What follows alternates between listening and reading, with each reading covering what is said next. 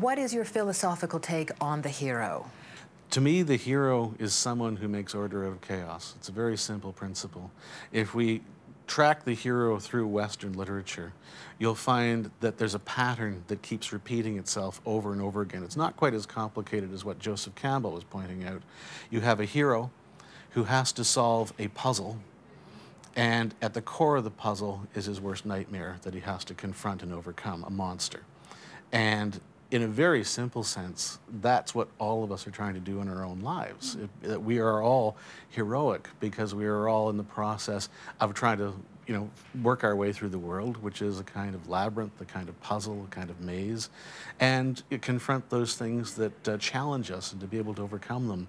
I always think that Voldemort in Harry Potter is Harry Potter's worst nightmare, and yet he's trying to overcome him. That's the whole principle behind J.K. Rowling, for example. So it's something that keeps repeating itself over and over again, and I was fascinated by that.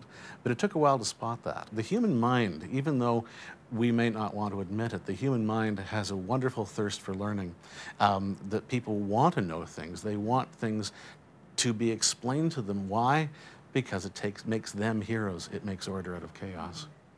So then, within your book, there must have been certain characters, certain people, certain icons who you had a special connection with. Is there anybody in particular in there that... Dante. I happen to love Dante, but that's only not because of he talks about hell, or because he's the father of the modern rock video in many ways, or all of the associations with the demonic aspects of Dante. It's the Dante who perseveres, who finds himself in the middle of his life with nowhere to go, an exile, no home. He has two choices. He can go hang himself, or he can put his entire world into order. And what he does is he sets on the path to finding order. That's what the Divine Comedy is about. It's about how he reaches the ultimate sense of who he is and where he fits into the entire universe. And eventually he reaches God. What was it for you specifically about the search for hero within literature? Why was that important as a study for you? I wanted to understand the people I was meeting in books. When you open a book, you are meeting human beings. A book without a character is not a book. Even telephone books have characters. I don't think anybody opens a telephone book and says, I'd like to meet all these people. But, I bet somebody has. Listen, in some small towns you can do that. I was fascinated by who I was meeting and what I should know about them. And this was really an investigation into the types of people and the types of characters that you meet when you open the covers of a book. And essentially, there are several. There's the common hero. People like you and me, just ordinary people. We're the new heroes. We're the new heroes of epics and tragedies and great dramas. There's the dark hero, people who, in fact, turn against the system of order, but there's something fascinating about them, that they're mysterious. There's the tragic hero, people for whom things just go very, very wrong, and how do they handle it, and what do they show us about that? Then there's the saint. And the saint is someone who is, in fact, trying to make the world better, trying to overcome themselves, and the real struggle of the battleground is within them. Then there's the antique heroes, as I like to call them, the ones we meet in epic, we meet in romance, the Jans and Bronze types, and I wanted to deal with them.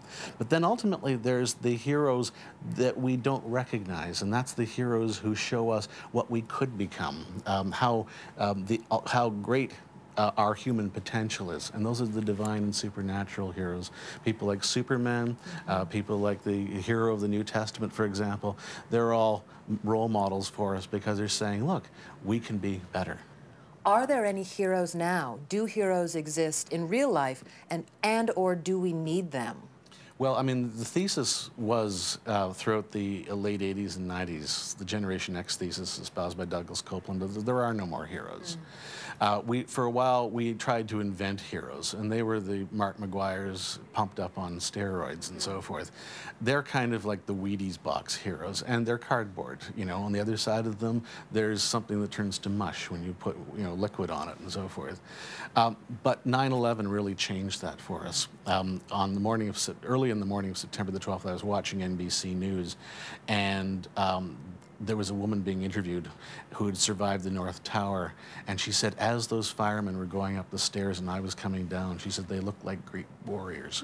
And I thought, that's the Iliad. We are seeing the reinvention of the Homeric idea of the hero that's been with us for thousands of years.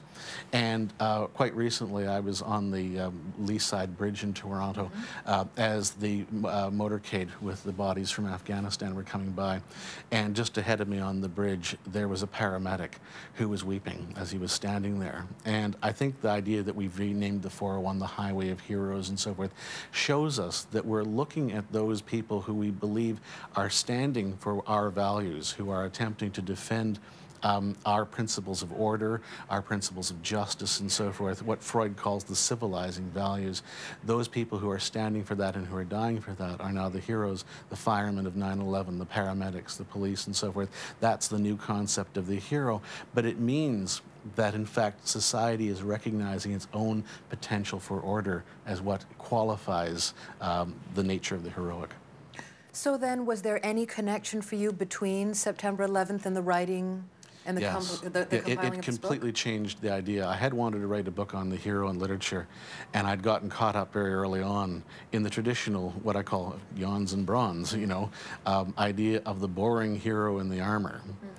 And September the 11th changed that. And I suddenly realized that the scale by which we measure heroes is not from the top down, it's from the bottom up. And that the very essence of what it means to be heroic is to aspire towards something better than yourself. Who would you like to read your book? Anybody who's interested, I think. I think that literature should be accessible. It should be accessible to all. I have written it to be accessible to all.